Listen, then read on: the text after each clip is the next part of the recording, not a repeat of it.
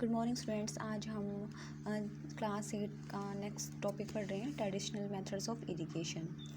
Traditional methods of irrigation का मतलब होता है कि सिंचाई करने के परंपरागत तरीके। जो लोग पहले के जैसे सिंचाई करते थे तो परंपरागत तरीकों के बारे में हम इसमें पढ़ेंगे।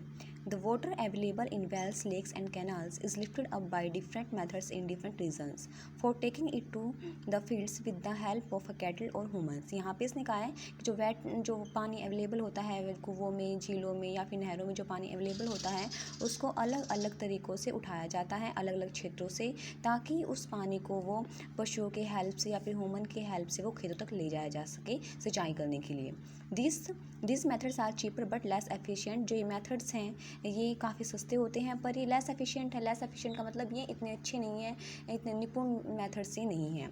The various traditional methods include moat, chain pump, dhekli and rahat. जो हमारे ये मेथड्स हैं जो हमारे पुराने टाइम में यूज़ होते थे सिंचाई करने के लिए, जिनमें से हैं इनके एग्जांपल्स है, जिसमें मोट मतलब पोले सिस्टम है, चेन पम्प है, डेकली है और राहत मतलब कि लेवल सिस्टम है। ये हमारे कुछ पुराने तरीके हैं सिंचाई करने के।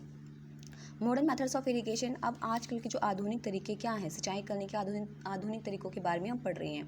Modern methods of irrigation use water economically. जो आधुनिक तरीके जो इरिगेशन के होते हैं या फिर सिंचाई करने के जो आधुनिक तरीके हैं वो पानी को कम खर्च करते हैं। इकोनॉमिकली का मतलब होता है कम खर्च करना या फिर काफ़ी समझदारी से खर्च करना। The main methods use are as follow. जो काफ़ी मेन मेथड्स है जो मुख्य हमारे तरीके हैं।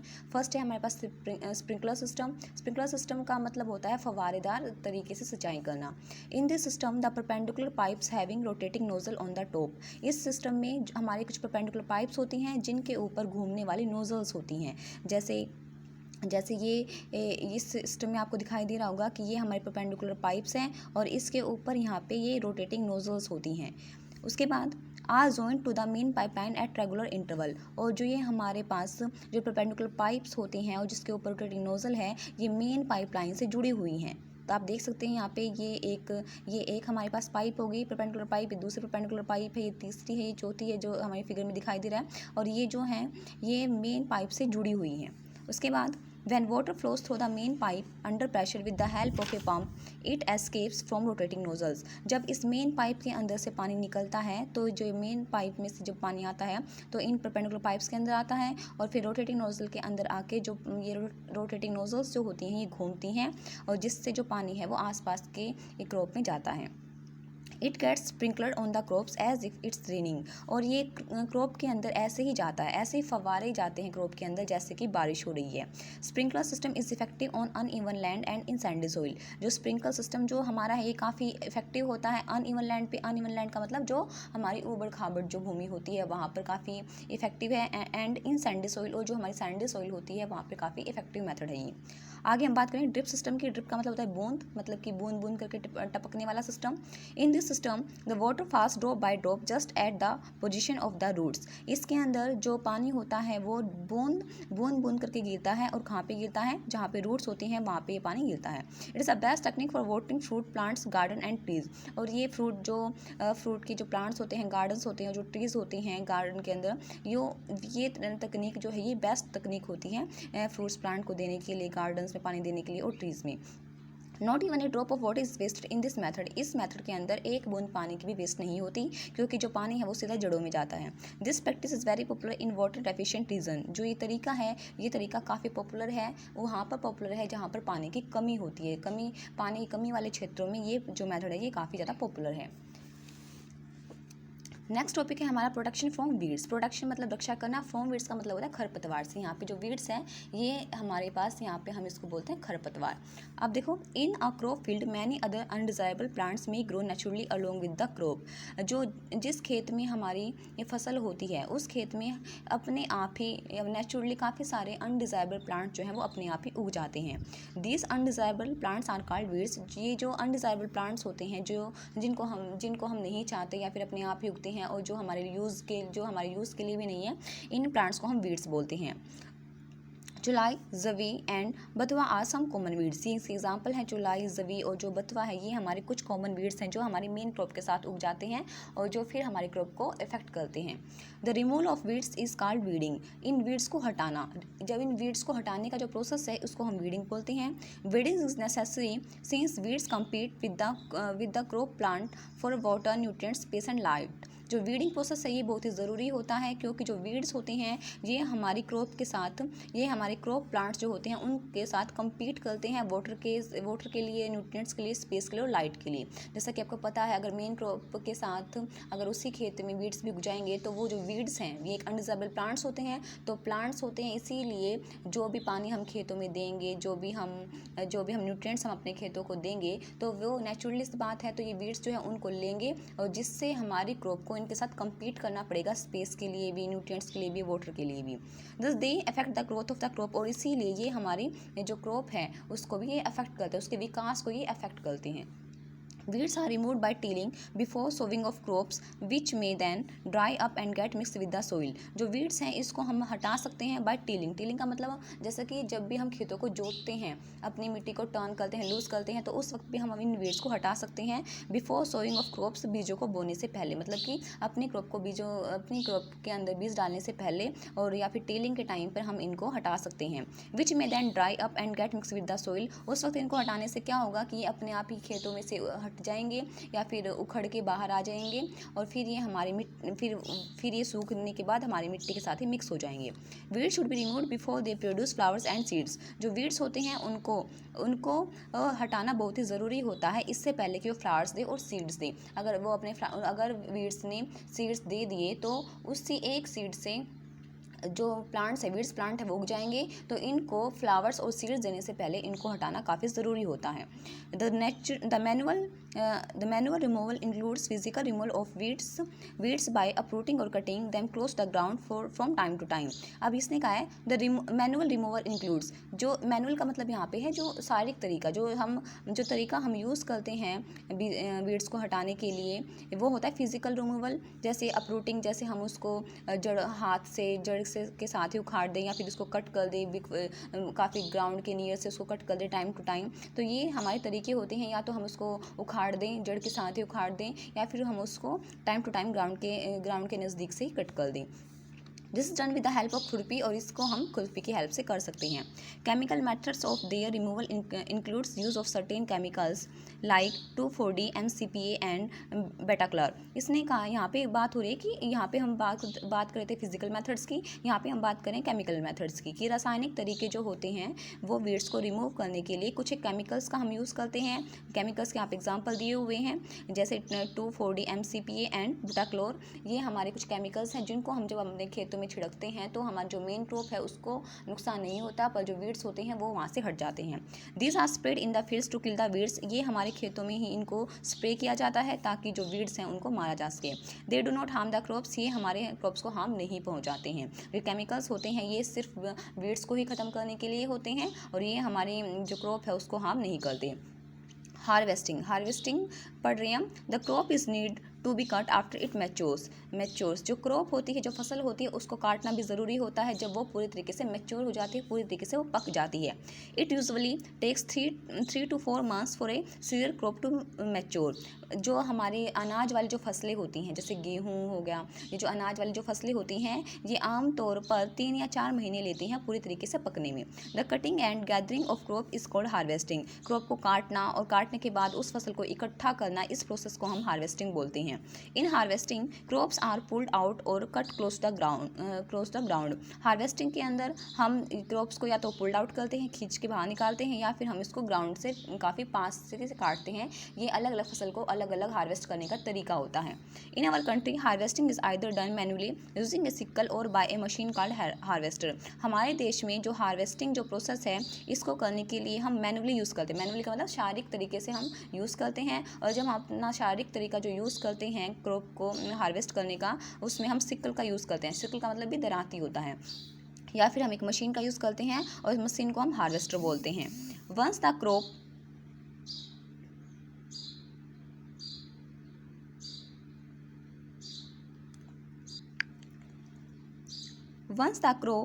Is harvested the grain seeds now need to be separated from the chaff.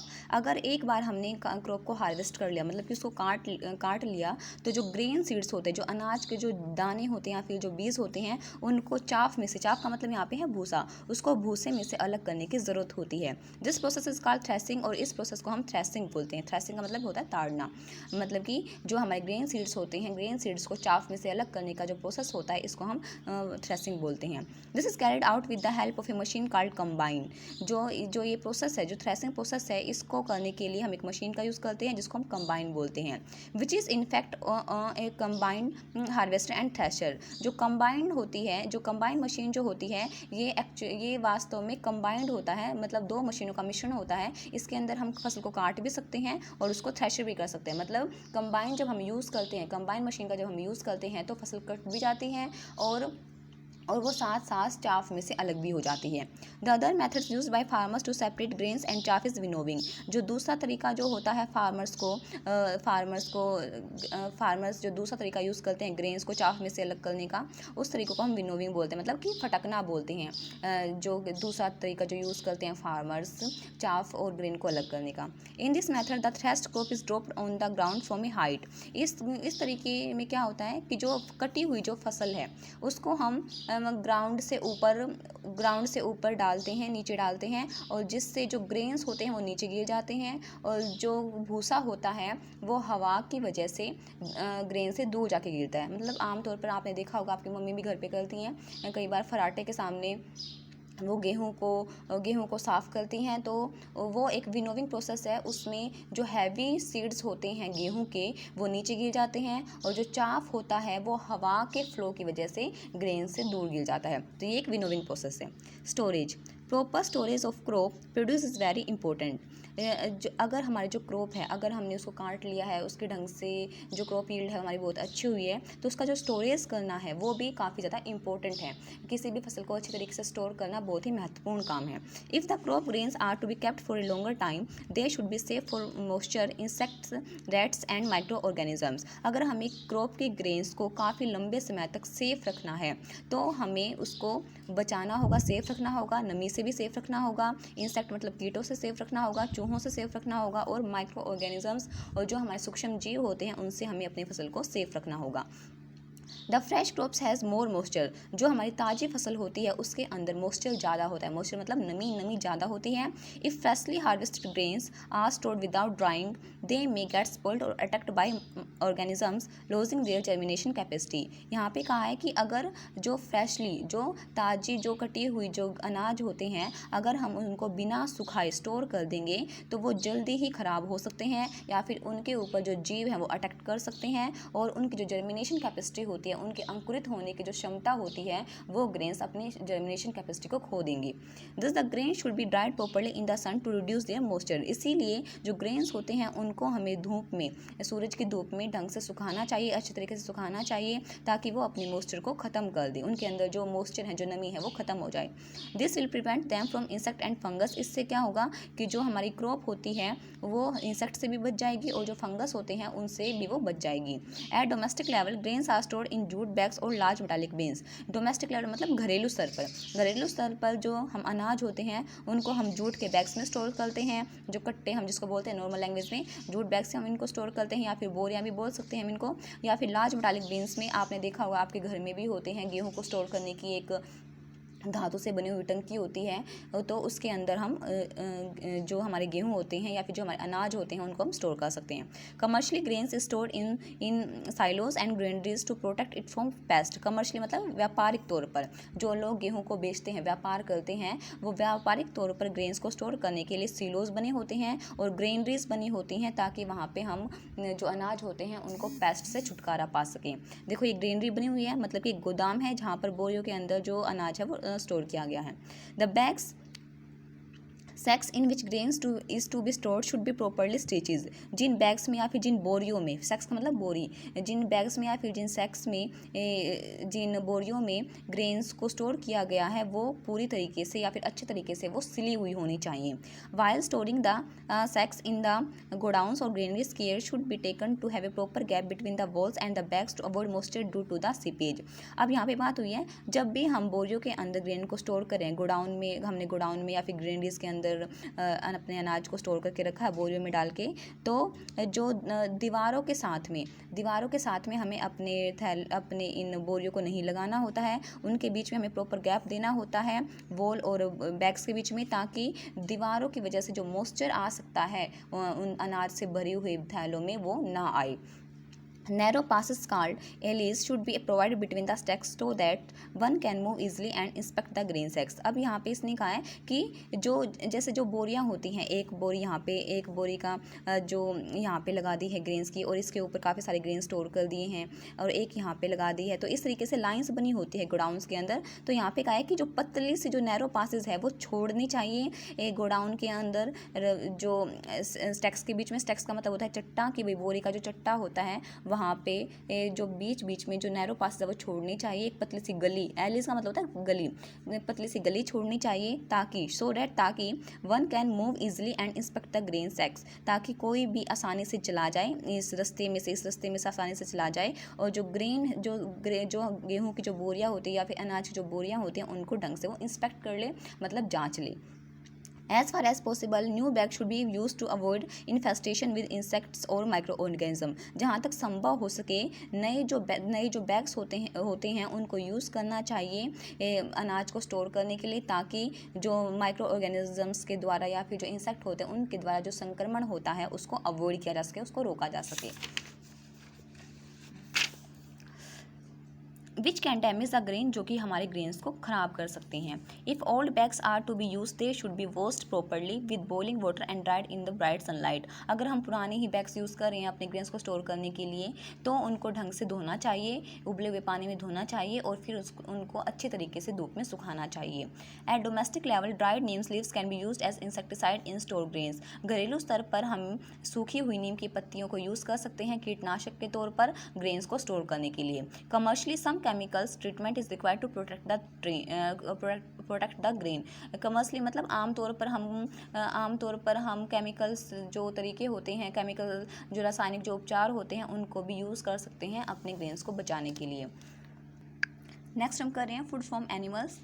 जो एनिमल्स से हमें जो फूड मिलता है उसके बारे में हमें पढ़ रहे हैं। We have discussed about the different steps required in a crop production. हमने इस चैप्टर के अंदर काफ़ी सारे डिस्कस किया है या फिर हम डिस्कस कर चुके हैं कि अलग अलग जो हम स्टेप्स इन्वॉल्व करते हैं या फिर यूज़ करते हैं क्रॉप के प्रोडक्शन के लिए, फसल के उत्पादन के लिए। We get our food not only from plants but also from animals. हम अपना फूड केवल पौधों से ही प्राप्त नहीं कर सकते, बल्कि हम अपना फूड एनिमल से भी प्राप्त कर सकते हैं। For example, we get milk from cow, honey from bees, eggs from chicken and so on. जैसे कि हम जो गाय होते हैं उससे हम दूध ले सकते हैं, जो हमारी मधुमक्खियाँ होती हैं उनसे हम शहद ले सकते हैं, और जो हमारे चिकन मतलब कि जो हमारे मुर्गियाँ होती हैं उनसे हम अंडे ले सकते हैं। यहाँ पे जो चिकन है इसका मतलब होता है मुर्गी का बच्चा, और या फिर हम उनसे जो छोटे मुर्गी के बच्चे होते हैं उनसे हम मांस भी ले सकते हैं।